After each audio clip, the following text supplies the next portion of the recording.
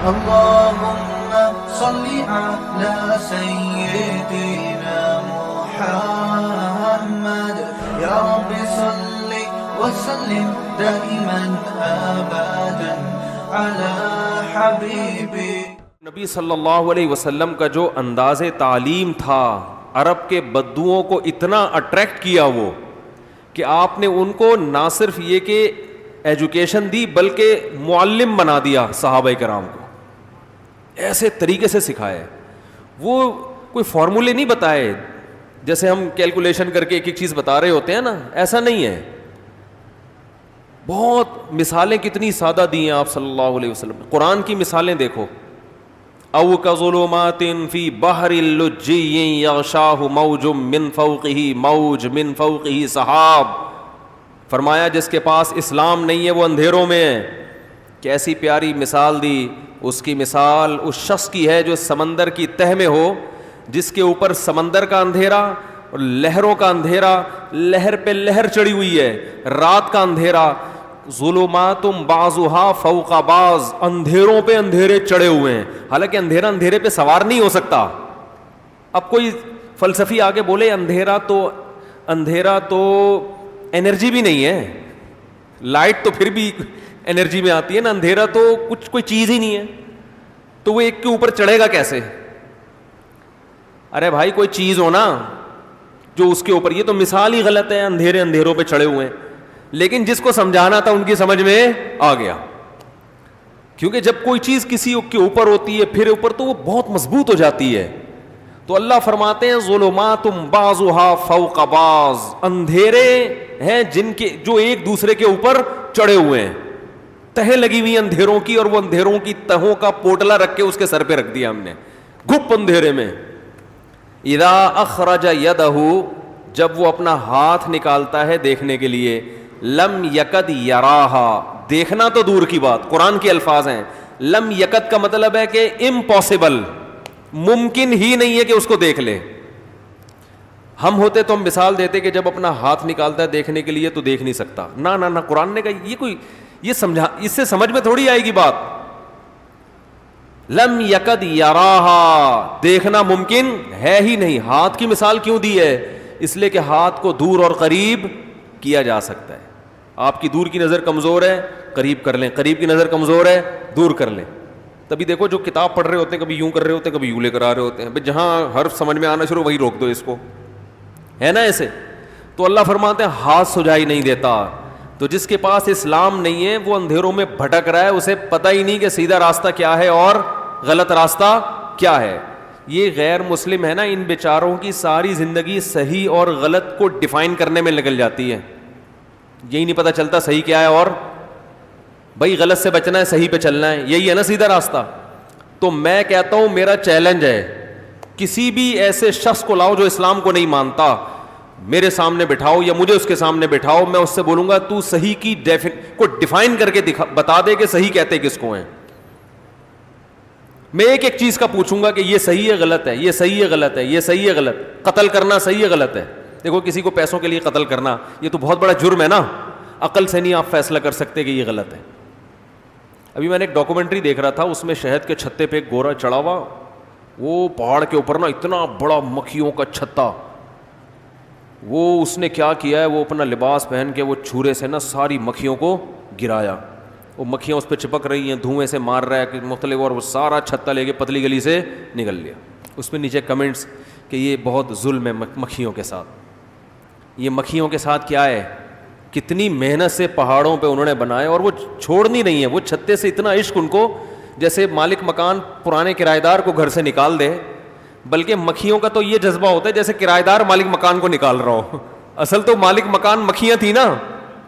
کرایہ دار کی کیا حالت ہوتی ہے اگر مالک مکان ہی کو نکال دیا جائے تو اس کی کیا حالت ہوگی. تو مالک مکان مکھیاں تھیں یا ہم تھے؟ بولنا پڑے گا بھائی. مالک مکان کون ہے؟ وہ تو مکھیاں ہیں, اور انہوں نے کنسٹرکشن کا کام خود کیا تھا. میں نے اپنے ہاتھوں سے بنایا. لوگ فخر کر رہے ہوتے ہیں نا, یہ گھر میں نے اپنے ہاتھوں سے بنایا. تو مکھیوں نے تو واقعتاً اپنے ہاتھوں سے بنایا ہوتا ہے. اتنی محنت مکھی نے کی ہے, ہم اور آپ اپنا گھر بنانے میں اتنی محنت نہیں کرتے. نہ صرف اس کے گھر پہ قبضہ کرتے ہیں بلکہ اس کے سارے اثاثے ضبط کر لیتے ہیں. وہ بیچاری بے یار و مددگار پھر رہی ہوتی. تو نیچے لوگوں کے کمنٹس تھے گوروں کے, رانگ, وہ جو انگلش میں کر رہے ہوتے ہیں, اور افسوسناک اس طرح کے نا.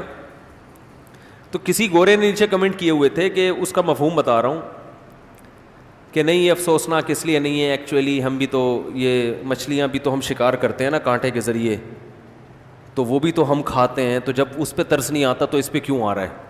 حالانکہ یہ جواب غلط ہے. اس کا اصل یہ جواب اس لیے غلط ہے کہ پھر ان پہ بھی ترس آنا چاہیے. بھائی وہ بھی غلط کر رہے ہو, ان مچھلیوں سے کانٹا لگا کے ان کو گھسیٹ کے جان کیوں لے رہے ہو بھائی ان کی.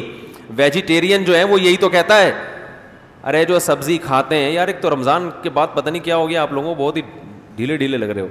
جو سبزی کھاتے ہیں, جو سبزی خور لوگ ہیں, ان کی دلیل یہی ہے نا کہ ان جانوروں کو بھی زندہ رہنے کا حق ہے.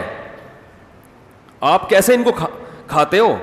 آپ کے پاس اللہ کی قسم کوئی دلیل نہیں ہے کہ شہد کی مکھی چھتا بنائے اور آپ اسے دھواں دے کے مار دو اور سارا شہد ہڑپ کر جاؤ بیچو بھی, وہ بیچاری پھر دوسرا گھر تلاش کر رہی ہے.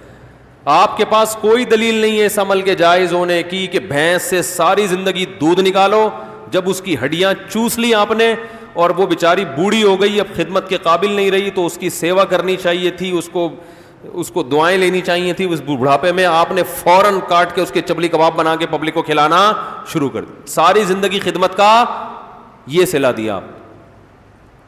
ماں اتنا دودھ نہیں پلاتی جتنا آج کل, تو مائیں نے ویسے بھی چھوڑ دیا ہے, بھینس ہی کا چل رہا ہے. تو اتنا دودھ, حشر کیا ہوتا ہے اس کے ساتھ. تو وہ نیچے گورے نے یہ کمنٹ کیے ہوئے تھے. حقیقت ہے کہ آپ یہ فیصلہ نہیں کر سکتے اگر مذہب کو نکال دو گے درمیان سے کہ یہ ہم صحیح کر رہے ہیں یا غلط کر, اور اسی بیس پہ جو ظالم لوگ ہوتے ہیں وہ انسانوں کا خون بھی اسی بیس پہ چوستے ہیں. وہ اپنے ضمیر کو مطمئن کرتے ہیں کہ یار جنگل میں جو طاقتور ہوتا ہے وہ کمزور کو کھاتا ہے. اس کا مطلب نیچر کا سسٹم ہی یہی ہے کہ زندہ رہنے کا حق صرف کس کو ہے؟ طاقتور کو. یہ جو ہٹلر تھا جس نے پوری دنیا پہ قبضہ کرنے کا پروگرام بنایا تھا, اس کے کیا اصول تھے؟ یہی تو تھے بھائی, طاقتور ہے وہ حکومت کرے گا. یہ کسی دوسرے ملک پہ کس بیس پہ قبضہ کر رہا تھا؟ اسی بیس پہ بھائی ہم طاقتور ہیں. اور وہ ڈارون کا نظریے سے بھی اس نے وہ لیا تھا کہ ہماری جو نسل ہے نا وہ ترقی کرتے کرتے ہم بہت آگے تک نکل گئے ہیں, باقی یہ سارے کیا ہیں, بندر سے ان کا رشتہ قریبی, ہمارا رشتہ تھوڑا دور ہو گیا ہے. یعنی بندر جو کنورٹ ہوا ہے نا انسان میں, تو ہم لوگ کنورٹ ہو کے بہت آگے جا چکے ہیں. یہ ابھی پیچھے دوسری قومیں ابھی پیچھے آ رہی ہیں ہمارے, تو ہم زیادہ اشرف المخلوقات ہیں.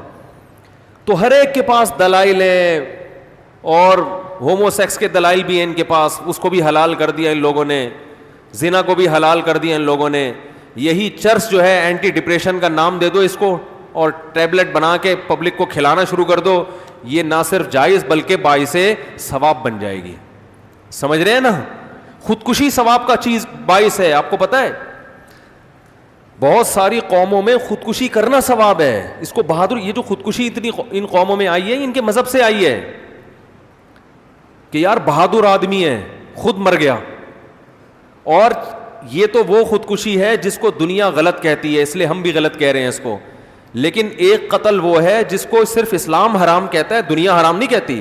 آپ کو پتہ ہے یورپ میں, امریکہ میں جو پیشنٹ زندگی سے مایوس ہو جائیں ان کو یہ الاؤ ہے کہ وہ ڈاکٹر کو کہہ کے اپنے آپ کو مروا سکتے ہیں, اور ڈاکٹر کے لیے ان کا قتل کیا ہو جاتا ہے؟ بولو نا بھائی, اجازت ہے. وہ پیپر لکھ, ڈاکٹر کہہ دیتا ہے اس کے بچنے کی امید نہیں ہے, تو وہ ڈاکٹر کو یہ لیٹر لکھ کے دے دیتے ہیں کہ آپ مجھے مار دیں. ڈاکٹر مار دیتا ہے. ڈاکٹر ڈیتھ کے نام سے ان کے لقب ہوتے ہیں ڈاکٹر. آپ لکھیں یوٹیوب پہ ڈاکٹر ڈیتھ, ایسے ڈاکٹر آ جائیں گے. اور حقیقت ہے یہ. وجہ کیا ہے کہ عقل یہ کہتی ہے کہ یار جب ایک آدمی کو زندہ رہنے میں تکلیف کے علاوہ کچھ بھی حاصل نہیں ہو رہا تو وہ مر گیا تو سکون مل گیا نا, تو عقل کے لحاظ سے تو ٹھیک ہے. تو واہ, عقل کے لحاظ سے اگر یہ ٹھیک ہے تو مجھے ایک بات بتاؤ کہ جو آدمی فزیکلی بالکل فٹ ہے لیکن غموں کا مارا ہوا ہے, تو وہ اپنے آپ کو اسی بیس پہ مار لے تو کیا جرم ہے پھر یہ؟ ارے مسئلہ تو غم کا ہے نا, تکلیف کا ہے. تکلیف صرف جسمانی تھوڑی ہوتی ہے, مینٹلی بھی تو بہت سے لوگ اپسیٹ ہوتے ہیں نا, بلکہ بہت سے لنگڑے لولے سروائیو کر جاتے ہیں. ناکام عشق والے سروائیو نہیں کر پاتے, وہ زیادہ بڑے پاگل ہو جاتے ہیں. تو اگر کسی کا عشق ناکام ہو گیا اور اس نے ڈاکٹر کو کہا مجھے گولی مار دے, ڈاکٹر نہیں مار رہا تو اس نے خود ہی اٹھ کے چھلانگ لگا لی, تو کیا ہے اس میں؟ عقل سے فیصلہ کرو. کوئی عقل کہہ سکتی ہے کہ غلط صحیح کا فیصلہ کر سکتی ہے؟ نہیں کر سکتی. تو اس لیے اسلام کے علاوہ آپ کے پاس کوئی آپشن ہے ہی نہیں جو آپ کو یہ بتائے کہ صحیح کیا ہے اور غلط کیا. اسلام نے کہا جتنی بھی تکلیفیں ہوں, چاہے وہ فزیکلی ہوں یا مینٹلی ہوں, آپ نہ خود مر سکتے ہیں نہ ڈاکٹر کو ٹیکا لگانے کی اجازت دے سکتے ہیں. صبر. وجہ کیا ہے؟ یہ زندگی مسافر خانہ ہے. یہ بیکار نہیں ہے کہ اب آپ کچھ کرنے کے قابل نہیں رہے تو آپ مار دیں اپنے آپ کو. نہ نہ نہ, آپ صبر کرنے کے قابل ہیں. یہ عبادت ابھی ہوگی, اب آپ صبر کا ثواب حاصل کریں. حتیٰ کہ آپ نماز روزے کے قابل بھی نہیں رہے نا, کچھ بھی نہیں, صبر کے قابل ہیں, بس آپ پڑھے رہیں اور آپ بولیں میرے مقدر میں یہی ہے. یہ صبر, یہ بھی ایک آزمائش ہے, اور اللہ نے ہمیں کس کے لیے پیدا کیا؟ آزمائش کے لیے پیدا کیا. مفتی طارق مسعود صاحب کے بیانات سننے کے لیے youtube.com/مفتی طارق مسعود کو سبسکرائب کریں, اور اگر آپ لائیو ویڈیو کو کبھی بھی مس نہیں کرنا چاہتے ہیں تو سبسکرائب کرنے کے بعد بیل آئیکن پہ کلک کرنا مت بھولیں. جزاک اللہ.